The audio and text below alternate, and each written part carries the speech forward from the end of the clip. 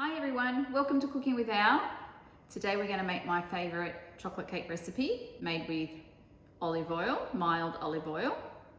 I love this recipe because it only takes 2 bowls. You combine all the dry ingredients, you combine all the wet ingredients, and then you mix the wet and the dry together very quickly. Do not overmix. It doesn't require a stand mixer. It does need a baking tin. It's a deep 20cm baking tin. You can use a 23cm square tin, or you can use 2 shallow 20cm round tins, and then you could put some cream or chocolate ganache in the middle. So I love this cake because I don't have to melt any chocolate because it only takes cocoa. It's got a really nice chocolate cake and it's soft. The crumb is very soft and not too dense. So anyway, we're going to give it a go today. Let's get baking. Okay, first off, I'm going to combine my dry ingredients. I've got self-raising flour, I have cocoa, and I have baking soda. All right, give it a sift to combine it all.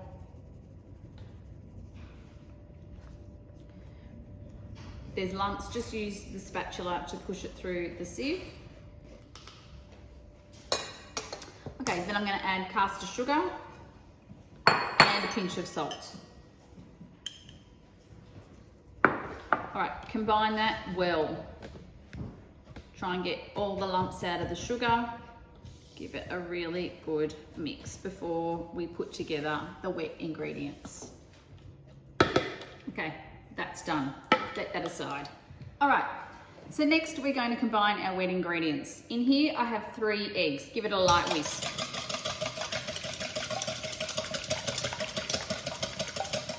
Then we're going to add the mild olive oil,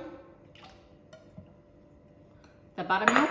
If you don't have buttermilk, use 1 cup of full fat cream and about a tablespoon of apple cider vinegar.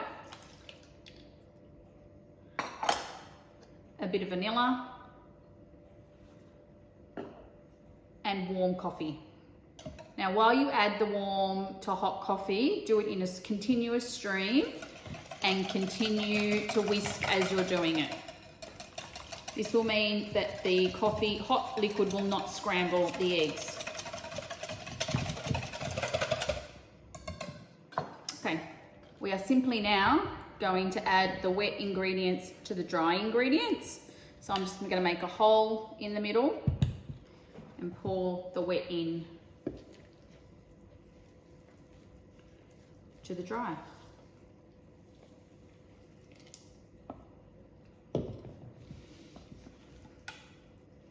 And just turning over the mixture with the spoon, with your wooden spoon, to pull everything up from the bottom, all the dry ingredients up from the bottom, to make sure it's all combined.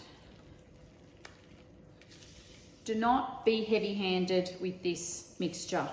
You're creating air bubbles and you want the air bubbles to stay. If there are lumps in the mixture, don't worry about it. So what I like to do is just continue to scrape down the sides of the bowl and make sure that the spatula gets across the bottom of the bowl to make sure any of the dry ingredients are lifted up and mixed through. That is it. It's mixed through, and as you can see, my mixture is a bit lumpy. It won't matter. When it cooks, you won't get those lumps.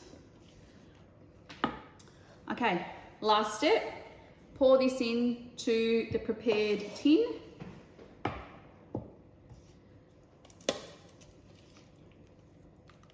And put it in the oven for about 45 to 50 minutes. This mixture is great for cupcakes, and also you can double this mixture and make it as a slab cake if you need a cake for a large party or a large event group of people that are coming over. I'm going to put that in the oven and it'll get cooking. So the chocolate cake is out of the oven. I've tipped it onto a wire rack to cool. And it's looking and smelling great, and I can't wait to dig in.